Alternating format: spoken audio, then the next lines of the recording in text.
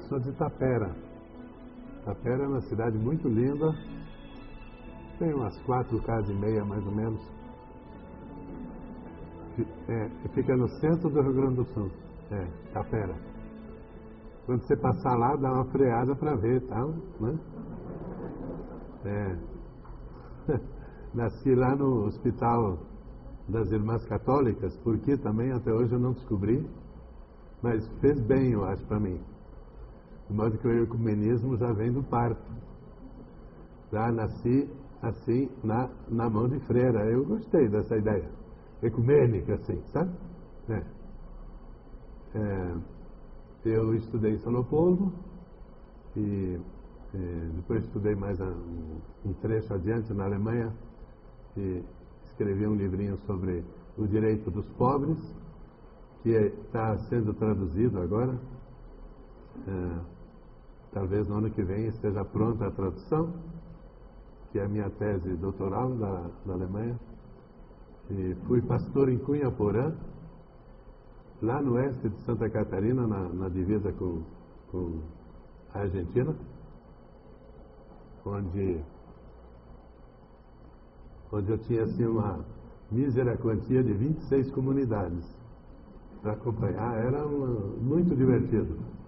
No ano eu rezei 365 cultos, todo dia um. Eu acho que dá um acesso seguro ao céu isso aí, viu? Eu gostei muito dessa experiência de misturar todo o cristianismo brasileiro num só.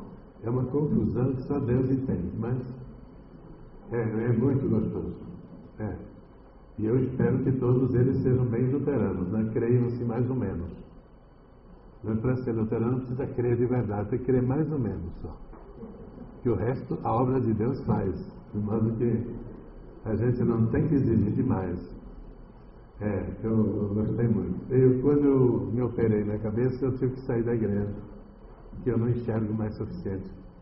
E desde então eu estou só no Instituto Metodista. Nós estamos formando mestres e doutores lá, um monte de mestres e doutores Brasil lá fora.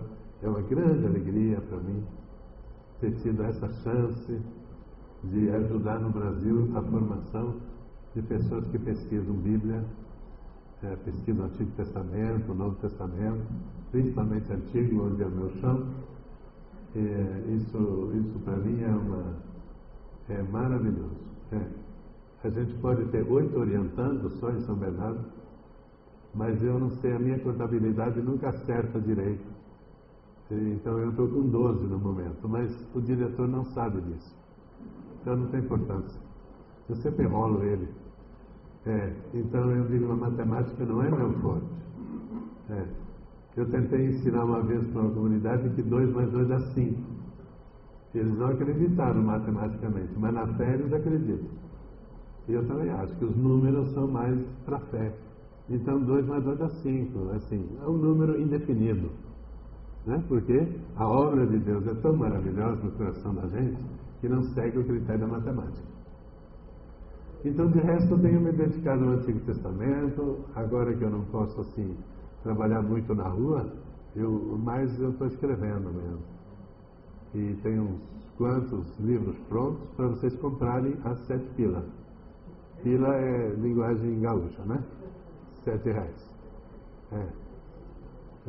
Mas está me faltando dinheiro, eu vou emprestar aqui da faculdade, passar o chapeuzinho aqui, está faltando dinheiro para editar tudo. Mas nós chegamos lá.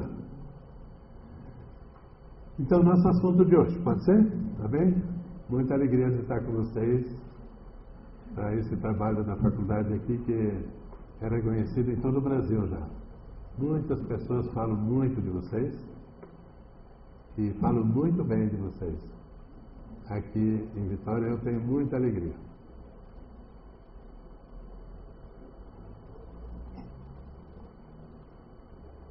Ainda mais que um dia a minha igreja luterana me delegou para fazer uma avaliação desse prédio aqui, onde vocês estudam, né? São salas de aula, né? Eu fui avaliador do prédio. Eu não sei para quê, mas enfim. E eles queriam também abrir uma faculdade de teologia aqui, eu recomendei muito abrir. Mesmo que um macegal aqui atrás dessa igreja era um macegal terrível. E eu recomendei, vamos abrir a faculdade de teologia aqui. E eu até me dispus a mim aqui ajudar a fundar essa faculdade de teologia. Mas eles esqueceram e tomaram outros caminhos. Mas eu estou muito feliz que ela se realizou.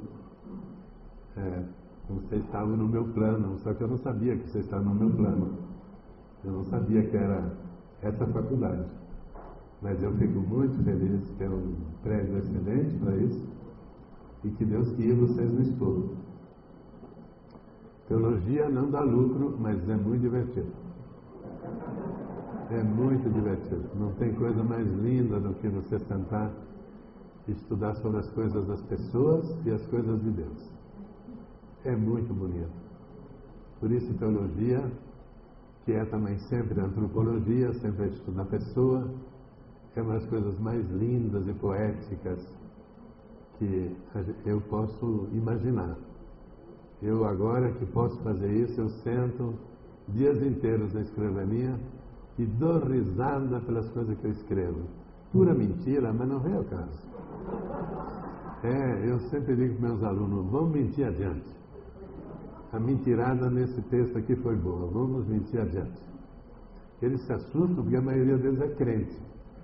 Mas ajuda a desmistificar, como se Deus estivesse falando assim direto, né? Eu digo, não, vai mentindo aí, vai. Essa tua mentira aí boa, toca adiante, vamos ver onde é que resulta isso. Eu gosto disso, eu acho que Deus nos colocou a criatividade, a invenção, para não falar em mentira, né? A invenção na nossa mão. Religião é para inventar, a cada dia de novo. E quanto mais inventivo nós formos, melhor.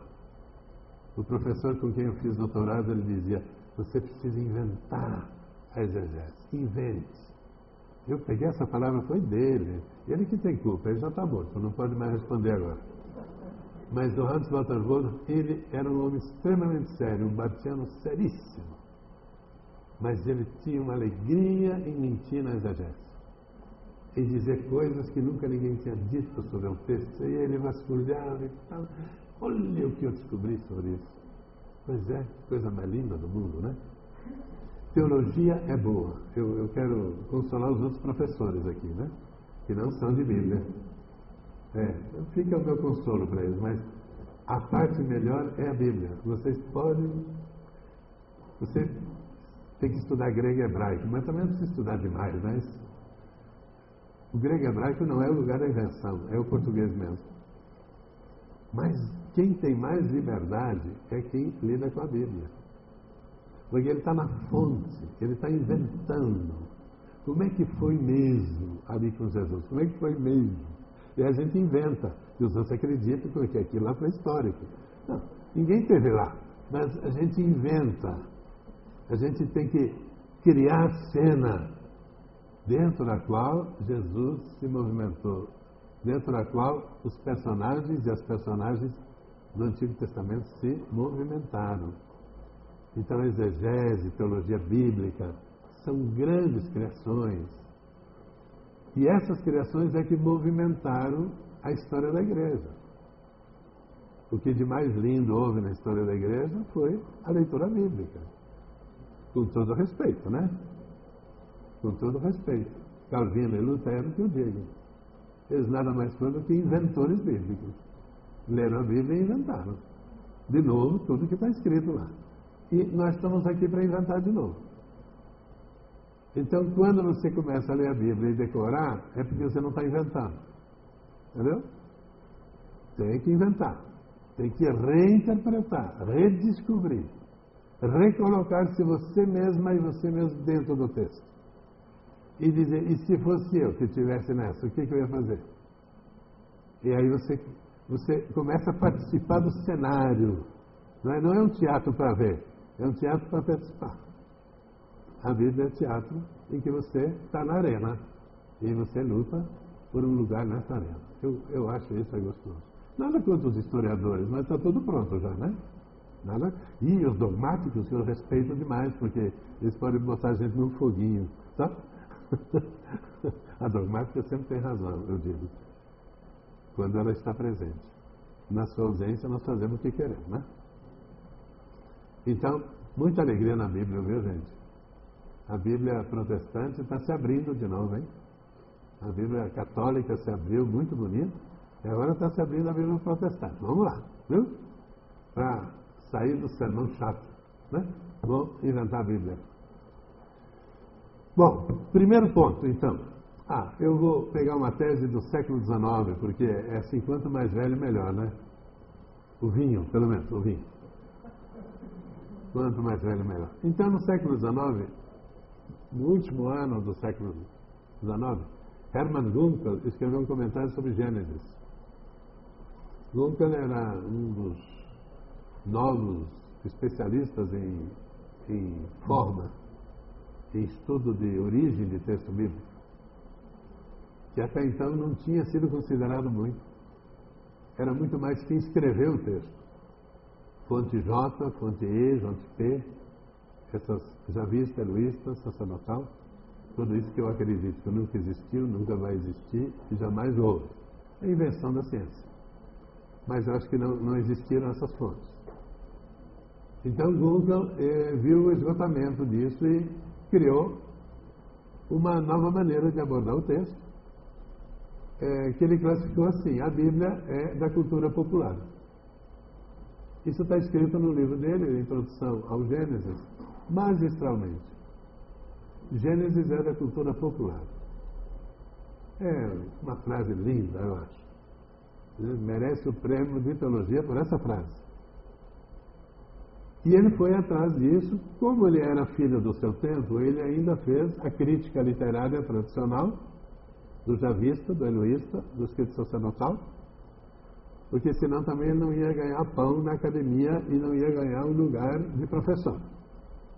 Mas o que ele fazia debaixo do pano, dentro do comentário, era outra coisa. Era que a Bíblia é uma saga, é uma historieta, é um pequeno conto. E esse pequeno conto é popular. Se existiu javista, eluísta, sacerdotal, para ele tanto fazia. Mas o conto, como tal, é popular. Aí ele seguiu o Martin de Bellius e depois o Bultmann, mas o Bultmann se distanciou desse negócio popular. Ele não era assim muito pelo popular, sabe? Mas o de Bellius era muito pela mesma tendência. Nos anos 20, no Novo Testamento, as historietas são populares. Eu gosto dessa teoria demais. Confesso para vocês, sou vidrado. A Bíblia é um livro popular. Bom, é popular no seu tempo, entendeu? Ela é do jeito do povo do seu tempo, não do nosso tempo. No seu tempo. Com histórias breves, bem curtinhas, né? Bem curtinhas. Você pode quebrar a Bíblia em 1000 pedaços de fragmentos e perícopes e pedaços. Aí você tem realmente a Bíblia diante de você. Não é um livro contínuo, para você ler de um lado até o outro. Não dá. Tem quebras no meio, não tem continuidade. Cai lá algum texto, nem as cartas de Paulo não tem continuidade. Ele tem um capítulo sobre um assunto, outro capítulo sobre outro assunto. Pelo menos ele podia ter escrito um negócio assim mais sério, né? Porque afinal, um grande pensador. Mas não, ele imitou direitinho o sermão. Cada capítulo é um sermão, é um assunto próprio, específico. E dentro do mesmo capítulo tem vários assuntos. Os evangelistas, então, são tanto fragmentados em pequenos assuntos, pequenas anedotas, se a gente diz isso literariamente, pequenas historietas sobre Jesus. Não é contínuo aquilo. Às vezes parece contínuo porque diz, e de manhã Jesus saiu, e de tarde, mas é um chavão. É só para você ter uma variação, né? Na hora da leitura, Isaías foi de tarde, outro foi de manhã, mas ninguém sabe se foi de manhã ou de tarde. Isso é só um link que cria entre uma história e a outra, para não ficar totalmente isolado. Esses muitos contos contados um atrás do outro. Mas quem conta conto desse jeito? É o povão. Um conta uma historinha na roda dos amigos, outro conta outra historinha. É como se fosse uma sessão de piada. Cada um inventa uma piadinha, conta, fica quieto agora sou eu. Aí vem o outro e conta outra piadinha. Se é muito comprida, leva baia. Tem que ser rápido, curto e rasteiro. Né? E uma emenda na outra. Às vezes até o tema emenda. Tem um que conta do papagaio, outro já... eu sei outra de papagaio. E vai emendando. Vai emendando. Assim é a moda nordestina, né? A moda da tradição nordestina de criar literatura. Esse é o modo popular de fazer. Lá no Rio Grande do Sul, os cantadores populares fazem assim. Quando eles fazem um desafio, um faz uma estrofe, e o final da estrofe é repetida pelo outro cantador, e ele vai emendando adiante, vai emendando. Deram o que deu. Né? Deram o que deu. Dá o que deu. Portanto, são fragmentos de cultura que nós temos na Bíblia. Nós não temos um livro. Se você pega o livro de Provérbios, isso não é um livro. Isso é um emendado de pequenos provérbios. Você pega o livro do Salmo, não é livro isso. É um salmo, outro salmo, outro salmo, outro salmo. Às vezes o salmo é grande, porque alguém que sabia ler e escrever meteu a mão no meio, né? Nós temos os salmos de subida a Jerusalém, 120 a 134. Todos eles têm mais ou menos 6 versículos. Uns pouquinho mais, outros pouquinho menos. Por que 6 versículos? O que cabe facilmente na memória. Você está caminhando para Jerusalém, todo mundo anarfa, pai, mãe, avô, todo mundo analfabeto, e alguém vai ensinando o cantoril. O caminho fica mais tranquilo. Tem um só, que é o 132, que tem algo como 20 e poucos versos. É o especialista, o levita, que canta esse. Ele não é popular, é levítico. Alguém que está ensaiado nesse troço. Não é o povão. É uma pessoa já mais letrada, talvez soubesse ler e escrever, para fazer essa composição maior. Mesmo assim, ela é um pouquinho maior, mas é pouquinho maior. 20 versículos cabe na cabeça da gente.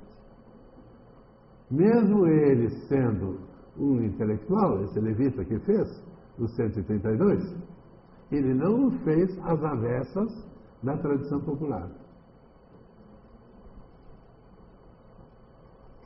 É assim o Magnificat, é assim o Benedictus, e são assim os textos da Bíblia. Nos falta é uma história contínua. Nós temos só fragmentariedade. E o Gunkel disse, essas sagas, ele usa o conceito da saga que ele estudou lá, linguística, na Noruega. Essa palavra, eu não gosto muito dessa palavra porque no português não soa muito bem. Nós não usamos ela muito. Esse tipo de pequena literatura é no mundo analfabeto, no mundo simples. É daí que vem a Bíblia. Você, ao ler a Bíblia, você lê um analfabeto. O Amós, o Jesus, desculpe. Se até em duas passagens até diz que ele escrevia e lia, mas é meio pouco, né? Esse mundo de analfabeto. Esse mundo que não sabe escrever direito. Paulo não sabia escrever direito. Na carta aos Gálatas ele pede desculpas, ele vai assinar do próprio punho, que a caligrafia dele é muito ruim, ele não sabe nem assinar direito. Ele sabe pensar, não sabe escrever. Pensar e escrever são das coisas absolutamente distintas. Muitos reis eram anarfa. Era outro mundo. O mundo depois da Revolução Francesa é da plena alfabetização. O mundo anterior à Revolução Francesa era de alguns poucos que escreviam em nome da sociedade.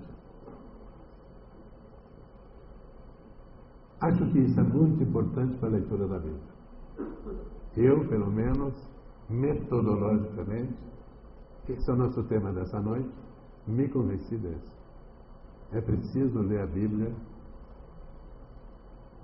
colocando-se na mão de um analfabeto, de uma geração, de uma tropa de analfabetos, que tiveram as suas pessoas especializadas em escrita, mas que pensaram a escritura em pequenos fragmentos de pensamento, emendados.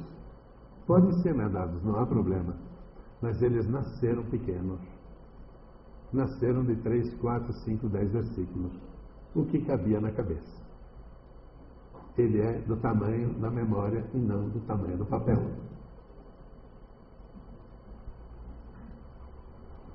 Já por isso o fundamentalismo é um grande problema, porque ele pensa a Bíblia escrita. Ele pensa a origem da Bíblia como um processo escriturístico. Mas isso é um equívoco. Isso é uma tese do século XIX para XX, quando o mundo da alfabetização entrou na nossa cultura. E é o normal que deveria ter sido já no século XIX para XX, e é o normal para hoje. Eu não sou contra isso, mas a Bíblia precede a isso. A Bíblia realmente precede. Não é por acaso que na Igreja Católica ela não era usada como Bíblia, como escrito. Era usada como desenho, como caminho até Jesus nas paredes das igrejas, nos vitrais. Porque a Bíblia desenhada era mais compreendida pelo povão do que a Bíblia lida. E quando era lida, eu me lembro de Pedro Valdo, 1200, São Francisco de Assis, por exemplo, também nunca leu uma Bíblia, né? Vocês não levam a mal, né? Mas não leu Bíblia. Até ele achava que isso não precisava. Pedro Valdo é do mesmo período. Eles não tinham a Bíblia, porque era tão caro que isso não podia ter. Isso tinha uma folha assim, sabe? Para enrolar um pãozinho junto também, logo, né? E nessa folha estava escrito, de um e de outro lado, estavam escritos os textos da Bíblia. As bem-aventuranças. Pedro Valdo tinha uma edição das bem-aventuranças junto com ele. Ele amava sobremodo, provavelmente também São Francisco. Ele não tinha Bíblia. Por quê? Porque não tinha ainda condições de ter a Escritura. 1500 anos o cristianismo viveu sem Bíblia impressa. A Bíblia impressa é recente, é um novo movimento, muito bom, graças a Deus. Mas ela teve outros modos de transmissão. Por isso, o fundamentalismo é típico representante de uma era da leitura bíblica. Não da leitura bíblica, de um momento. De um momento como o nosso agora, que cada qual pode olhar. Então, ainda o profeta Jeremias, só para não deixar passar o Jeremias, imagina, o Jeremias era filho de sacerdote. Bom, vamos dizer que é filho de pastor, então. Tá, não confundir aí. Esse problema aí que está o Papa e a Igreja Católica aí, está uma confusão danada, né? Então, é filho de pastor, né? Esse Jeremias, filho de pastor de Anatote, esse menino não era alfabetizado, tadinho. Não era alfabetizado.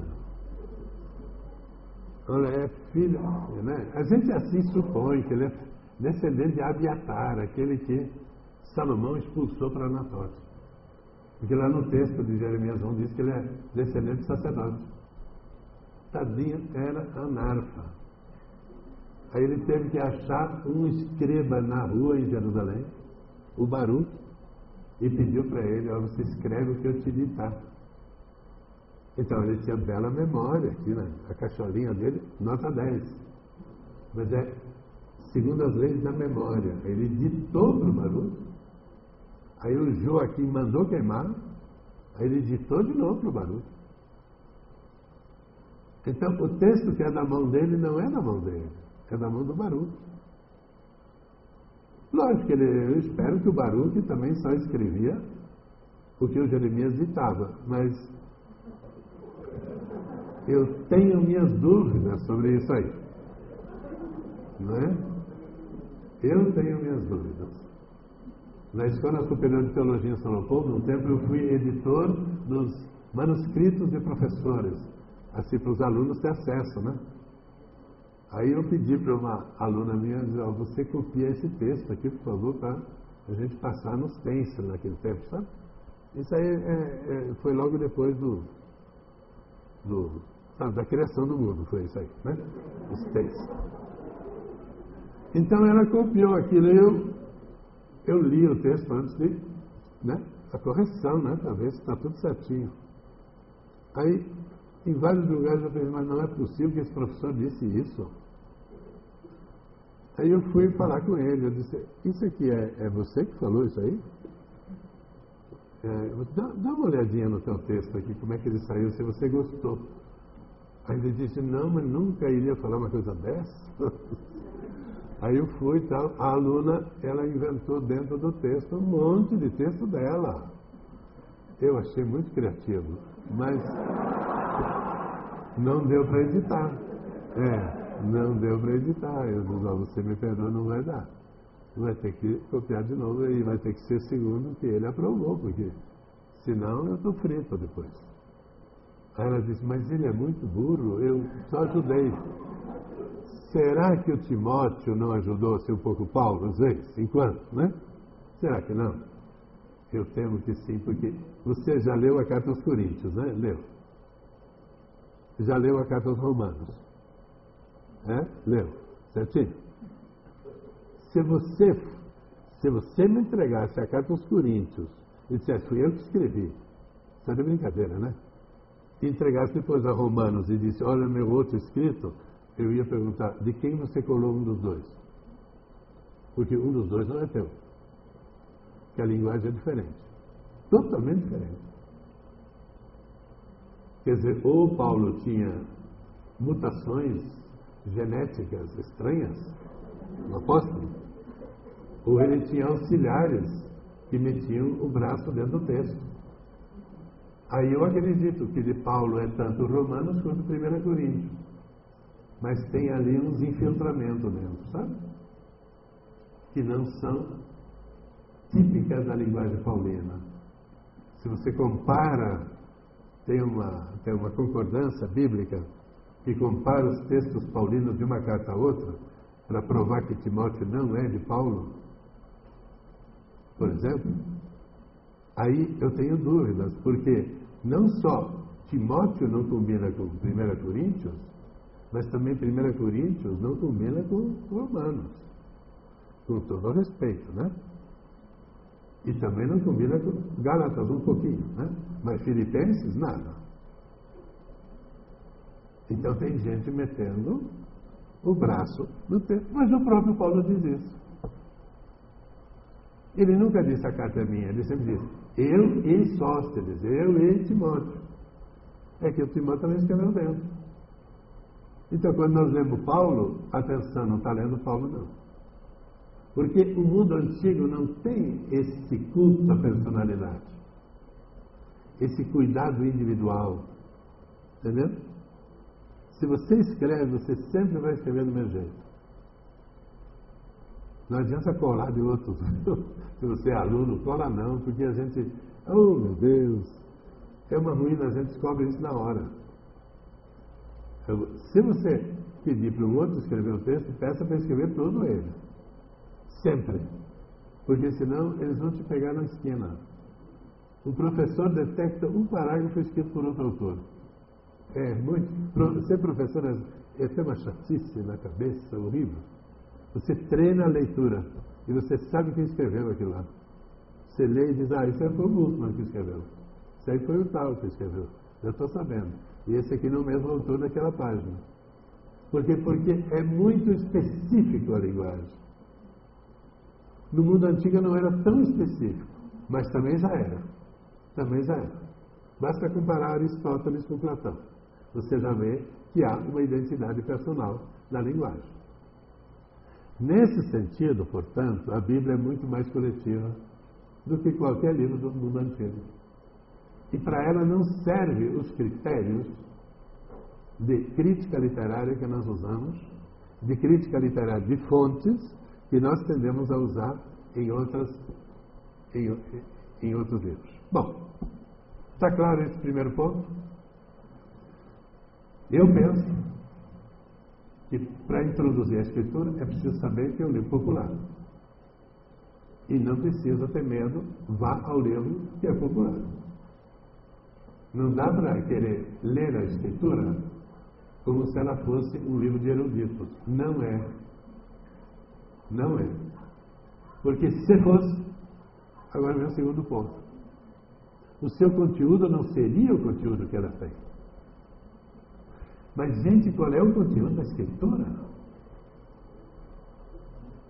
Você já viu na nossa literatura os personagens que a Bíblia te apresenta como personagens principais e que você não acha em nenhum livro de história?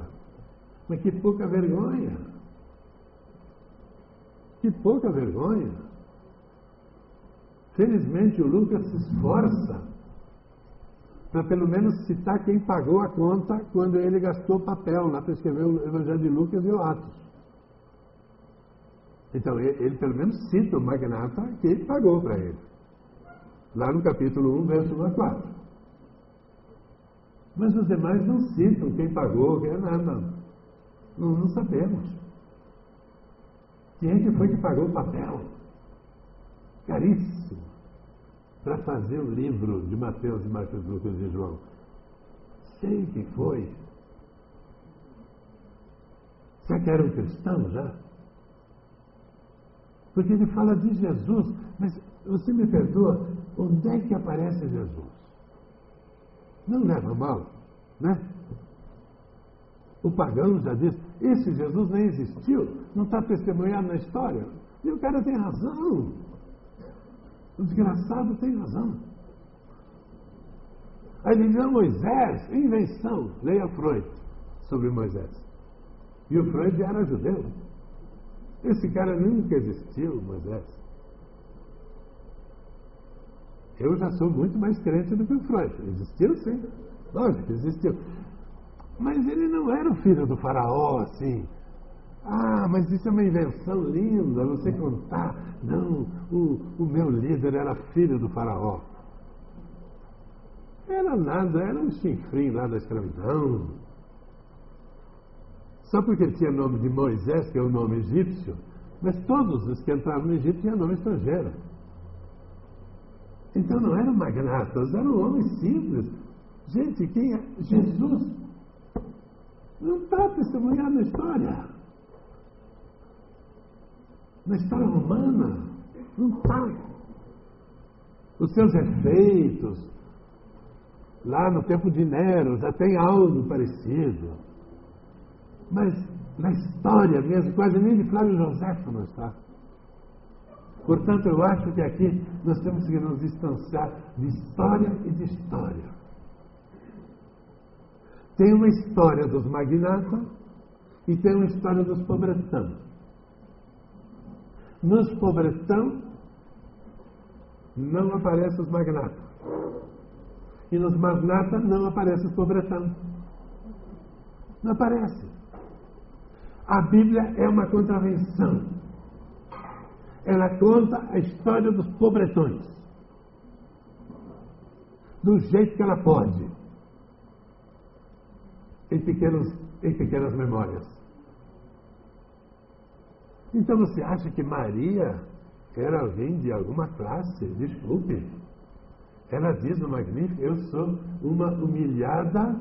O Almeida ainda traduz humilde, mas é que o Almeida tem boa vontade com Maria. Afinal, ela é padre, né? Então ele diz, a humilhada, não é humilhada, não é humilde serva, é a humilhada escrava, não é nem serva. É humilhada escrava, ela se diz. Mas nós vamos discutir com a Maria de que ela não era uma humilhada escrava? Eu acho que é melhor nós aceitarmos isso que está no Magnífica. Ela era chamada de vagabunda. É desse mundo da vagabundagem que vem a Escritura. O sumo sacerdote de Belém ouviu o Amós falar de que o reino ia ser demolido. Ele disse, ô, cara, ó, fica daí. Some, senão eu vou te pegar. Eu estou só te dando um conselho bom. Eu gosto de ti. Porque você tem uma cara bonitinha, viu? Mas de resto, presta não. Mandou ele embora. O que você faz com o amor? Você manda embora. Porque ele era colhedor de sicômoro, ele era vaqueiro e boiadeiro. Ele tinha meia dúzia de profissão, não cabia no livro do NPS lá da Previdência Social. Cabia lá dentro. Tanto na profissão que tinha, ele fazia bico a toda hora. Não sabia ler e escrever e está falando lá Pois é isso que é o milagre da Bíblia. Esse líder operário, do pastoreio e de outras, do trabalho sazonal, de boia fria, entrou na Bíblia.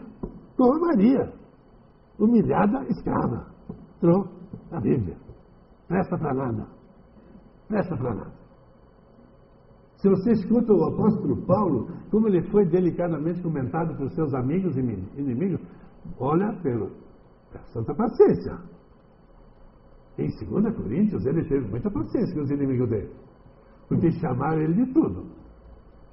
Se ele diz para os outros, vocês são cães, em Filipenses, é porque eles diziam um palavrão pior para ele. Está registrado na Bíblia, chamou os adversários dele de cachorro, porque ele deve ter chamado ele de outra coisa.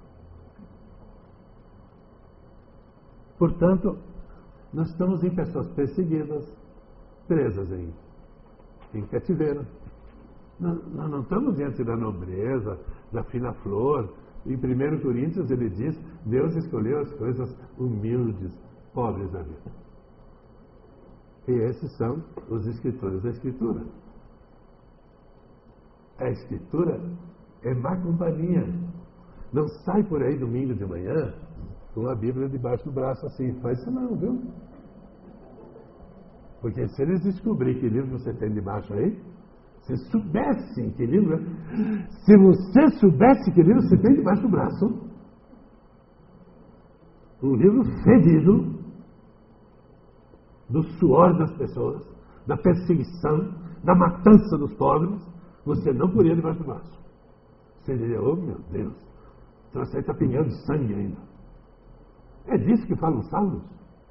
Eles mataram o cabra. Salmo 22. Por que me abandonaste? Até Deus abandona. E a turma vai em torno da cama dele. Bem feito que você pegou essa febre aí. Tomara que morra logo, seu desgraçado. Salmo 22. Deve ter sido muito delicado esse cara. Deve ter ficado feliz. Tadinho. A metade dos salmos são sofrimento, sofrimento, sofrimento, sofrimento. Aí vem Jó depois, sofrimento, sofrimento, sofrimento, sofrimento. Não dá para aguentar. Nem Deus não aguenta. Nem Deus não aguenta o sofrimento de Eclesiastes, de Jó, dos salmos, não aguenta. É demais. E Cristo gritando na cruz, por que me abandonaste? Isso é gente fina, pobre, miserento, traído, perseguido, morto. Eu estive na prisão onde diz que em Roma estava Paulo e Pedro. Mas olha que muquifo desgraçado. As nossas ainda são luxo. No dia que você for a Roma, não olhe para nada em Roma, porque tudo é feio lá, viu? Desculpe. O Vaticano não, é muito bonito. Mas o resto está muito feio, viu? Fica no Brasil, que é mais lindo aqui. Os caras, eu digo para eles, não acreditam, né? É o pior. Então, nesse muquifo que eles meteram, o Paulo lá, realmente, o cara no meio da água não tinha condições mesmo. Tadinho dele. É lá que ele passou a vida escrevendo carta para nós sobre a fé. No meio da cadeia, com os pés inchados de água. Me cita um cara legal na Bíblia, me cita um magnata que contribuiu, me cita um. Se não foi a história dos pobres. Eu não estou agora falando para vocês ideologicamente, estou falando historicamente. Estou falando historicamente. Para nós, esses personagens, Oséias, Jeremias, Isaías, eram maravilhosos, são maravilhosos. É encanto de vida o que eles nos transmitem. Mas a vida que eles levaram era de cachorro. O Isaías nasceu na corte em Jerusalém. Era gente fina, professor, teacher, de pós-graduação, entendeu? Aqui formado pela faculdade e tal, tudo certinho. Da nobreza jerusalemitana, casado com uma senhora profetisa. O sogro do rei, ele tirava um papo com ele. O rei, ele falava olho no olho. Quando se tornou profeta de Javé, de Deus, ele foi para o quinto dos infernos. Meteram ele no quinto dos infernos. Ele teve só mais amizade de 5 criancinhas que ele anunciou o nascimento delas, o Tiar e a Chup, o Emanuel e os outros, e ele disse que uns discípulos, deve ter sido uns caras meio malucos lá que não entendiam ele direito, seguiram ele junto, só. O resto, ele perdeu tudo. O maior literato da Bíblia é Isaías. E foi humilhado, esculhambado. A tradição diz que Manassés mandou matá-lo para liquidar com essa podreira. Então, mesmo que alguém nasceu em berço de ouro, como Isaías,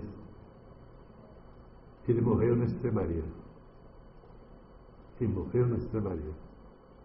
Junto com aqueles da estrebaria. Esse é o meu segundo item. A leitura bíblica tem que considerar que a Bíblia é um livro diferente. É uma memória dos pobres. Eu considero isso um milagre. A Bíblia é inspirada assim, porque para pobre fazer texto, só pela inspiração e porque Deus quis. Não tem jeito. Não tem outro jeito, não. Viu? Então, nesse ponto eu estou de acordo. É inspiração mesmo. É Deus que quis fazer isso, essa loucura de nós trazer essa Bíblia. Agora, por favor, nós da igreja, não façamos de conta como se isso aqui fosse o último prêmio Nobel da Paz. Não é. É um livrinho sobre a miséria humana e a pobreza humana, para nos convertermos e para nós entrarmos num caminho legal conosco e com outras pessoas. Terceiro item. Depois vocês escolhendo tudo que eu disse aí, digam o contrário que não tem problema, viu? Eu prefiro dizer assim como eu acredito, viu? Tá bom? Sem muita papa na língua. E depois da minha operação eu perdi essa parte aí. A minha mulher que diz, você tem que falar assim mais menos, né? Eu digo, pois é, mas a língua aqui, não sei, acho que o cara mexeu na língua, viu? Então, o terceiro item que eu queria, olhar um pouco com vocês, então, como é que proceder exegeticamente? Né? Como proceder exegeticamente? Aqui nós podemos alongar muito, eu não quero fazer isso. Eu quero chegar direto ao ponto. Porque senão nós estamos amanhã de manhã aqui ainda e o negócio vai ser grave daí, né? Alguém cai aí, né? Tal. O Paulo ressuscitou o cidadão depois que ele pregou 5 horas, mas eu não garanto por nenhuma ressurreição aí se alguém começa a dormir. Entendeu?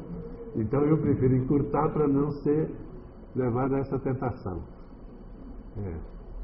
Então, o que importa na leitura do texto? Eu sei, grego e hebraico é legal. Quem tem vocação bíblica na igreja, grego e hebraico é legal. Vai estudando, viu? E se tem uma vida toda pela frente, não vai querer estudar num semestre que não dá. Mas é muito legal. Eu estudo hebraico há muito tempo, não sei direito. É muito importante você obedecer às formas de linguagem, e aprender das pesquisas de linguagem que tem por aí. Muito importante, saber da história, tudo isso é muito importante. Saber exatamente o que significa cada termo hebraico e cada termo grego. Tem livros bons para isso. Tudo isso é importante. Tá bem? Agora, eu acho que é assim como quando exegese, é como quando você vai pegar uma azeitona. Tá bem? Você está lá com um garfo, né? E a cena é muito nobre lá na sua sala, todo mundo olhando o que você vai fazer com aquele garfo. Né? E você está só com a azeitona como sua inimiga. Aí só pode ser uma batida e tem que estar no bico do garfo. O problema é que a azeitona escapa e voa no prato do vizinho. Entendeu? Se você não acerta ela no miolo, pá! Aí você diz, essa é minha. Você pensa isso. Todo mundo está olhando e diz, desgraçado pegou, queria ver pular no decote da mulher, entendeu? Todas essas safadezas da azeitona. Então, peguei. Exegese é o garfo na mão e o texto na azeitona. E tem que estar em cima. 90% você erra, mas às vezes você acerta. Às vezes você acerta. Então, o gesto exegético é muito simples, mas coloca tudo em risco. A sua roupa, a roupa do vizinho, o decote da outra, tudo está em perigo. Porque você vai, pá! É isso. Então, é um momento nobre do seu trabalho. Você precisa acertar. Tem que se treinar para acertar. Porque no começo não vai acertar, ele vai fugir. Ela vai fugir, essa azeitona, esse texto. Ele vai te fugir do controle. E você vai inventar um monte de coisa. Tem que insistir para pegar rápido. Você vai preparar um sermão. Tem que ser rápido no tiro. Não enrola. Introdução, depois da introdução, não vai direto ao ponto. Puma! O ouvinte do sermão, ele te dá 5 minutos de paciência, entendeu? Depois ele vai passear. Você faz isso também. Não vem mentir que eu te conheço. Você também faz isso. Eu faço. É tão bom, viu? O cara pregando lá e você tal, né? Passeando. É uma beleza, né? É uma beleza. Aqui em Santa Maria de Jetibá, um sociólogo fez uma pesquisa junto aos agricultores. Qual é a parte que eles mais gostam do culto? Naturalmente são luterano, sermão. Aí perguntou, para que é o sermão bom para ti? Aí ele disse, é bom para descansar. Adorei, essa resposta é honesta. É bom para descansar. O pastor lá, pegando com o diabo e tal, não sei o que e tal. E o cara ali, tranquilo, pensando no programa da tarde, no futebol, não sei o quê. E não vem comigo que você não faz isso. Não vem que não tem. Porque você não é tão diferente de mim. É que nem a minha sogra, quando ela chega no almoço e diz, hoje o sermão foi extraordinariamente bom. A minha sogra é mineira e mineiro gosta de mentir um pouco, né? Você sabe isso. Poxa, mas eu não tive lá. De que mesmo que o pastor falou? Mas foi ótimo, foi tão bom. Meu Deus, serviu para mim. Mas eu não sei de que ele falou, Marina. O que assim ele falou, assim, mais ou menos assim? Olha, ele começou a falar do reino de Deus. Bom, ótimo, nossa. Para não falar do reino de Deus. E falou de Jesus também. Falou também de Jesus, de Deus, de reino de Deus. Ótimo. Eu já vi que você foi passear de novo. Eu acho lindo assim. Mas eu não fui passear. Escutei tudo. Tudo até 3 minutos, né? Depois você foi embora. Então, acertar a azeitona nos 3 minutos. Tem que estar claro. Daí deixa o cidadão passear. Ele passeia 5 minutos, aí ele cansa também do passeio dele. Aí você dá um grito, aquele grito de passeio. Tal, aí ele vem de novo. Mas então, essa questão de acertar o ponto, né? O ponto do texto. E você ter coragem para isso. Você que é leiga, é pastor, não enrola. Acerta o ponto. Porque isso você tem em comum com o leigo. Como é que você acha o ponto? Né? Eu acho. Como é que você encontra o ponto do texto? Lá vai meu palpite. Agora, aí, você. Eu falando, você pode ter outro ponto. Onde eu acho que você tem que ir rápido. Na leitura bíblica, pá, segura ali. Né? O protestante na leitura bíblica, ele segura em cada versículo. Cada versículo, não, joga os versículos fora, isso não precisa. De vez em quando precisa versículo, isso não precisa. Isso é um equívoco da Idade Média. O importante é que você... O ponto, qual é? Você tem que botar na sua cabeça isso. Tá. Arrisca, expressa. E eu digo para ti, o ponto é concreto. Não enrola, o ponto é concreto. É específico. A Bíblia é um livro concreto. Os discípulos de Emaús saem com Jesus e contam da Páscoa, da crucificação, e Jesus conta para eles, tal e tal. Reconhecem Jesus? Não. Estão lendo a Bíblia, não reconhecem Jesus. Onde é que eles reconhecem Jesus? Quando Jesus fala para eles, e eles perguntam para Jesus sobre a ressurreição, sobre a morte na cruz, não entendem ele. Mas como os bestas não entendem? Estavam lá em Jerusalém, não entendem? Onde eles entendem? Quando Jesus toma o pão e a comida, dá graças a Deus e parte o pão. Aí é Jesus. Quando se começa a comer, é Jesus. É preciso comer para entender que é Jesus. A igreja de Constantino matou a fé, porque não come. É uma igreja sem comida, pois matou a fé. A fé vive pela comida. Ela é Santa Eucaristia. Pela água do batismo e pela palavra que é uma coisa. No hebraico, davar significa coisa, não significa palavrório. Verbo, coisa. A pegar. Se você pega a palavra, você pega o pão e pega a água, não vai dar, mas pega a água,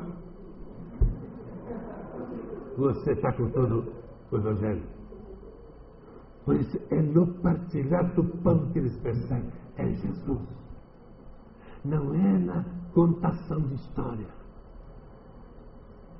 É no partilhar do pão. A evangelização, a fé cresce. Não pela palavra, mas pelo pão. Mas o pão é a palavra. O pão é a palavra. Nós temos que voltar para isso. Constantino, o troglodita do Império Romano, que fez a igreja do Estado, tirou a Eucaristia da igreja, o pão, e deu o golpe do pão. Todo mundo é cristão, mas então todo mundo vai comer na igreja agora, Quarta, sexta e domingo. Tinha Eucaristia. Eles celebravam a Eucaristia 3 vezes por semana. Você acha que eles comiam pão uma vez só? 3 vezes por semana, pelo menos. Eram escravos, pobres nas catacumbas. Tinha pão para comer. Cada um roubava em casa um pouco. Roubar não é bem o termo, mas roubava mesmo. Então, pronto.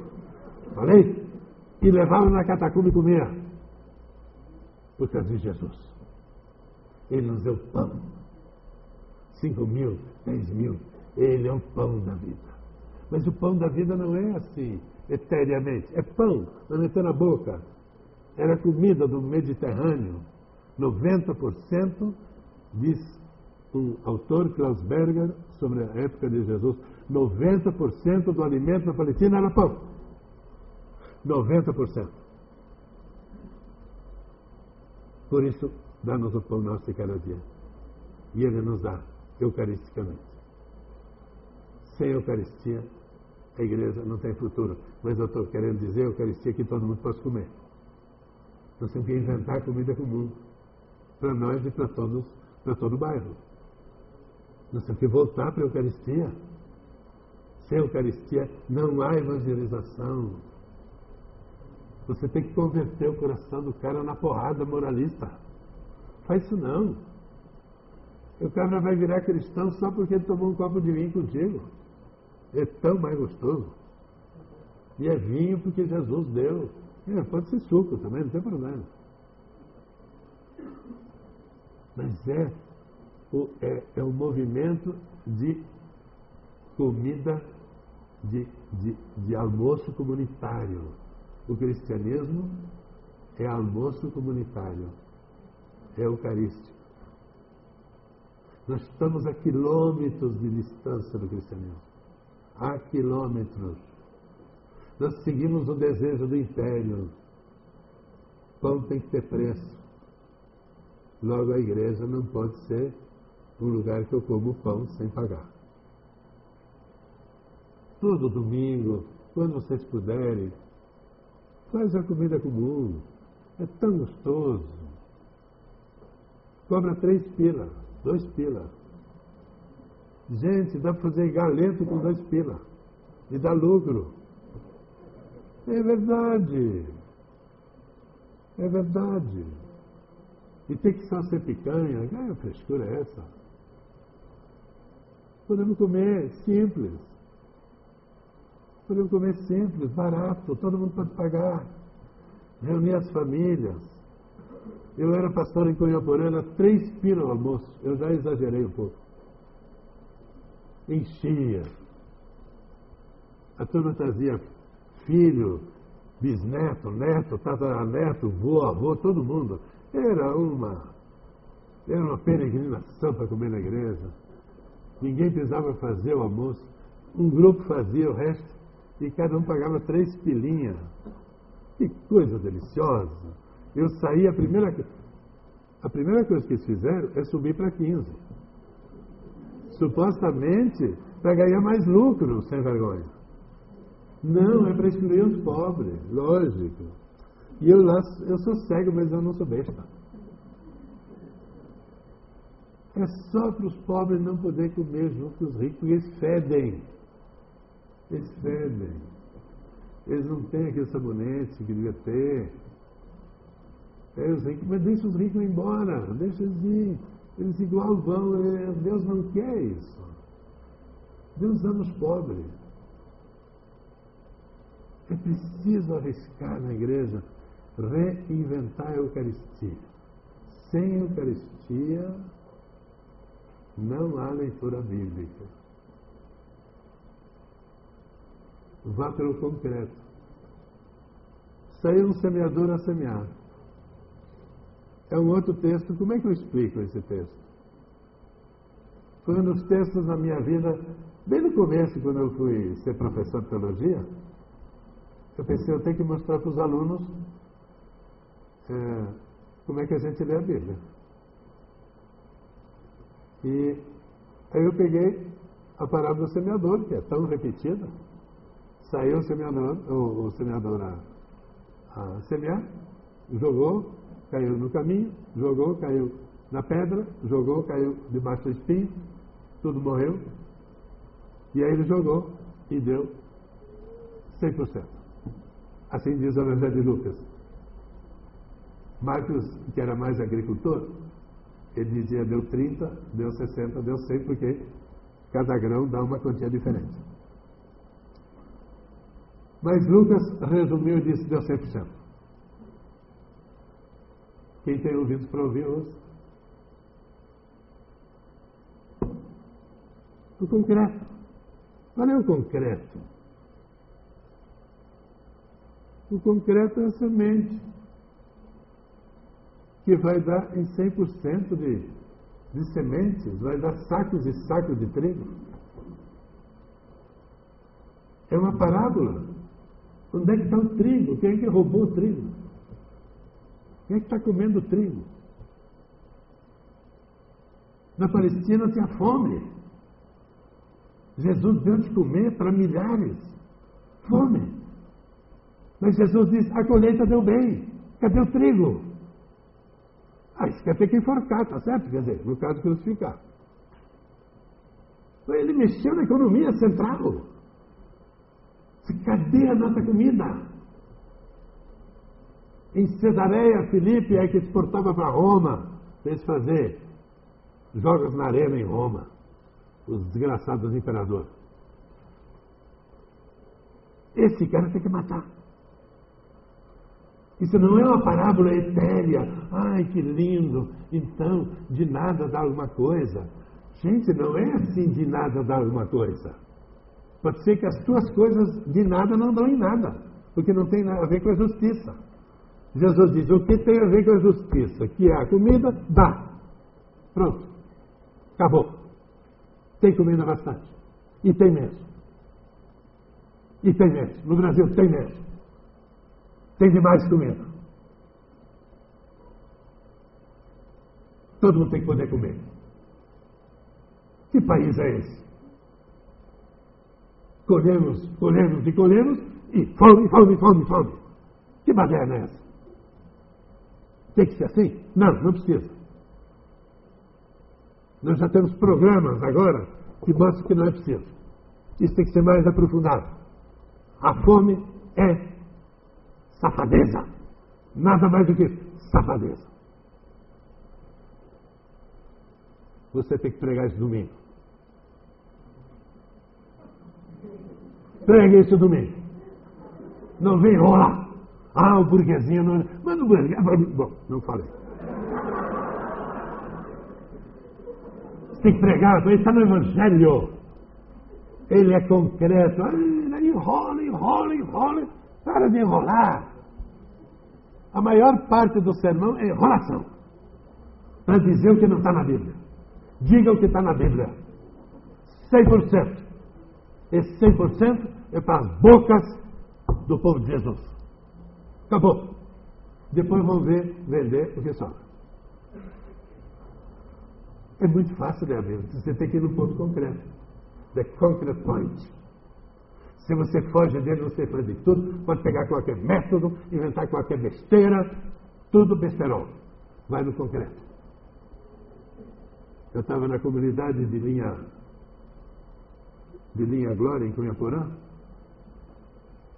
É uma comunidade de gente muito querida, lavradores. Era o mês de maio.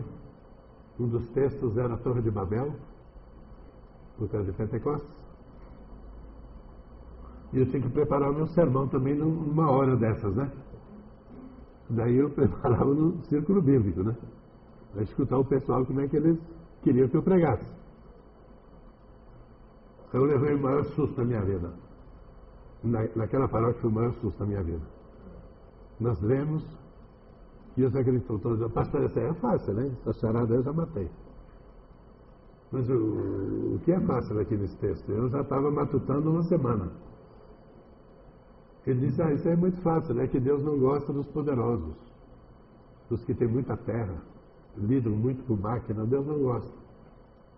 Ué, como é que você tirou isso da Torre de Babel? Mas está claro, gostou? Você não vê? Agora que tem seca, esse pessoal que mete o trator na roça, derruba tudo, põe calcário, seca a terra. Se não chove, não é Santa Catarina, não chove em pouco tempo, tudo seca. A soja dele morreu tudo. O senhor já viu o nosso soja? Tudo bonitinho, né? Por quê? Nós plantamos com bodoque no meio das pedras. Eles riam, né? Dizendo, como é que o senhor planta ali em cima? Eu planto com arma. Tem. Né? Eu ponho soja dentro da arma e dá tiro, sabe? Brincadeira. Porque ele não conseguia subir aquele peral lá que eles tinham. Nessas nossas encostas aqui, tem muita pedra. A pedra segura a umidade e lá está bonito na soja. E nós não metemos nem calcário, nem nada.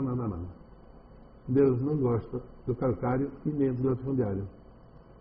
Eu disse, olha, eu concordo contigo, mas eu não sei onde é que está no texto. Isso aí eu não entendi direito. Aí eles foram evangelizando o pastorzinho, meu tadinho. Ele é besta, ele estudou, é doutor, sem vergonha, e sabe nada. Aí eles me ensinaram. Não, meu pastor, aqui, ó. Ele não parou de construir a cidade. Está vendo? A cidade é besteira, porque não faz nada. E torre? Que torre é essa aí? Isso aí deve ser torre de quartel, isso aí. Eles só estão lá para se defender. Está vendo? Isso não dá nada. E depois vende calcário para nós. Mata também. Eles são mestres da mata. Esse é o banco, ele tem que proteger com torre, com máquina e com calcário. E nós estamos fritos. Nós temos que plantar do nosso jeito. Nós temos que ser alternativo. Eu fiquei besta, porque para mim a Torre de Babel sempre tinha sido a história do orgulho humano. Eu queria fazer um sermãozinho lá na casa daquele lavrador contra o orgulho humano. O que Deus não quer é o teu orgulho. É o besterol tremendo que eu ia pregar. Um grande besterol. O que o pobre precisa? Ter orgulho. Fala contra o orgulho, não. Pobre sem orgulho já é um verme. Sem orgulho, então, ele não é mais, é bosta nenhuma. Ensina orgulho para o pobre. Cara, você sabe fazer um feijão como nunca vi. Que coisa mais linda. Eu comi galinhada lá no oeste de Santa Catarina, que era intragável de comer, mas eu sempre disse, essa é a melhor galinhada do mundo. Ah, não pode. A pessoa ainda vai aprender, o que ela não aprendeu, vai aprender. Porque não é fácil você fazer uma galinhada por ano, não tem outras galinhas. Aí não vem um pastor e critica, que pouca vergonha. O orgulho é besteira. O orgulho não faz mal para ninguém. Isso é vã teologia. Luterana até. Vã teologia luterana. Eu acho que de outros também. O que é péssima teologia? É concentrar o poder no banco, concentrar o poder nas armas da torre de Babel e lutar e matar os outros. Isso é péssimo. Aprendi deles. Dá nome aos bois. Não deixa assim genericamente. É teologia, é pela existência. Eu tive na terra de Bultmann, agora estudei lá um pouco. Não é pela existência, é pela barriguinha. A teologia é pela barriguinha. Vai lá com a tua existência um dia para tu ver o que dá. Você vai dizer, pelo amor de Deus, me dá um pão. Porque a minha existência é o pão. Aí eu fiz um estudo sobre Gênesis 1 a 11, eu li todos os exegetas que tem no mundo, até 1981, e escrevi um artigo de 40 páginas, afinal eu sou acadêmico, né? E provei para mim que a Torre de Babel não é contra o orgulho. Ela não é contra o orgulho. Ela é contra a concentração dos milicos e do poder capital. É contra. Cada um vá para sua língua, para a sua aldeia e sobreviva com muita alegria. Com muita alegria. Falando a sua língua, cantando o seu canto. Não precisa todo mundo macaquear a Rede Globo. Não precisa. Então, o texto precisa da concretude. Entendeu? A igreja foge do concreto como o diabo da cruz. Não fuja do concreto. Fique no concreto. Específico. Naquilo que é o grande tema. E não escape daí. E leia por esse viés, a minha sugestão. Hermenêutica, exegética. Você pode ler a Bíblia de muitas maneiras. E eu não sou contra nenhuma, todas elas contribuem. Mas eu ia te dizer, não enrola, vá no ponto concreto. Cidade é o quê? Torre é o quê? Entendeu? Trigo plantado e colhido é o quê? O cântico da Maria é o quê? Vá no ponto concreto. Isso eu não preciso nem explicar nos profetas, que é tão evidente. A ruína da teologia é que ela não quer ser concreta. Essa é a ruína da teologia. E a beleza da teologia é a sua concretude, é a sua especificidade, que nos ajuda a crer, que nos ajuda a crer. Ela é um livro espiritual. Mas o que quer dizer que a Bíblia é um livro espiritual? Eu estou numa cruzada sobre isso e eu queria terminar com essa observação. Quer dizer, um livro espiritual no Brasil, em que nós somos tudo mais ou menos espírita, né? Mas assim, mais ou menos, né? Basta ligar a Rede Globo, você já vira espírita, né? Todos nós esquecemos da miséria brasileira, olhando um andar acima. Um andar acima. A Rede Globo tem essa função. A igreja tem a função de meter o nosso nariz no porão da humanidade. Essa é a função da igreja. Se a igreja não fizer isso, ela não é de Cristo Jesus, o crucificado. Não é. Ele não é do crucificado. O Espírito está amarrado à cruz. Por isso, Mateus diz, felizes os pobres, e no grego diz, to pneumato. To pneumati, perdão. To pneumati. Não diz tohoi tu pneumati. Aí você traduziria, pobres de espírito.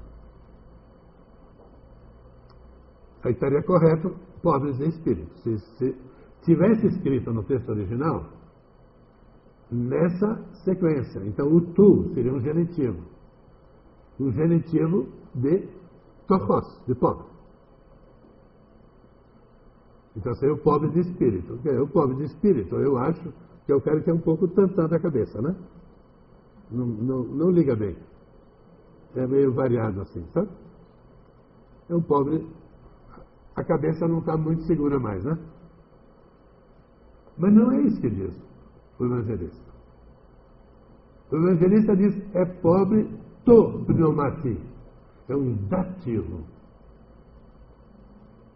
No capítulo 5. Logo no 4, é a cena em que Jesus é tentado. Então diz, o Espírito tomou e levou ao deserto. Então, que Espírito é esse?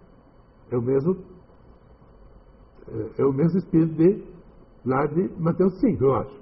Não pode ser dois Espíritos diferentes. Aquele que transportou Jesus ao deserto para ser tentado é o Espírito, mas é o Espírito Santo, está claro? É o Espírito Santo que o acompanhou no deserto para enfrentar o demo e ganhar do demo. E aí diz, felizes os pobres no Espírito. Mas que Espírito é?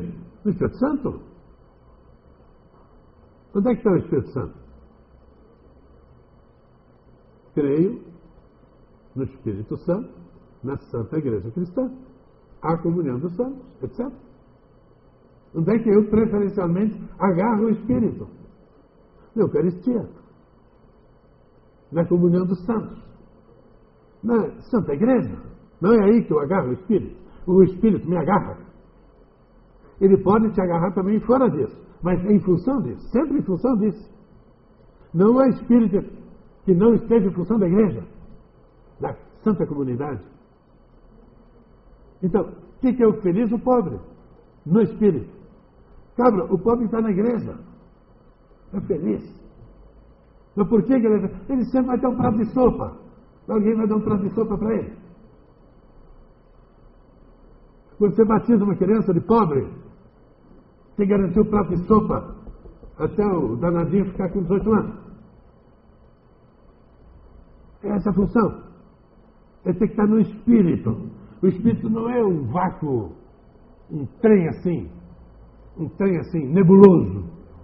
Não, É o irmão, a irmã que apoia você e está no mesmo espírito de fraternidade, de ajuda, na comunhão dos santos. Seja os santos mortos, os santos vivos, tanto faz para mim. Na tradição da igreja são os dois. Podemos brigar sobre isso, mas... Então, no caso, são os vivos também. Está na tradição dos santos. É, portanto, um santo. É um santo. O mendigo é um santo. Ele não é só santo, porque ele é criado por Deus. Jair diz, Jó, tem que cuidar dessa pessoa, porque Deus a criou. Então, tendo Deus criado, ela é santa, porque ela é... Deus é o Santo Espírito. O Santo Espírito cria. Então eu tenho que seguir esse povo, não posso ser diferente. Mas tanto mais se ele é irmão batizado formalmente, integrado à igreja, em algum momento, ele é meu compromisso. Ele é meu compromisso. Ele nunca deixa de ser meu compromisso. Jesus foi primeiro atrás dos judeus, dos circuncidados, porque ele tem compromisso com eles. E nós temos compromisso com os circuncidados no batismo em Jesus. Então a igreja tem que ser espiritual, profundamente do Santo Espírito, da comunhão, da alegria na comunhão. Para mim, comunhão sempre tem cheiros diferentes. Cheiro igual não é comunhão. É igreja de classe média, é outra coisa. Ela precisa integrar, você entende? No Santo Espírito, todas as partes sofridas do corpo de Cristo. Não somos mais igreja de Constantino. Constantino foi para o Beleléu, igreja e Estado como União foram para o Beleléu na Suíça, na Alemanha, no Brasil. Nós temos que ser igreja do povo brasileiro. Tem que ser igreja do povo brasileiro. O Santo Espírito aqui na terra brasileira já se manifestou.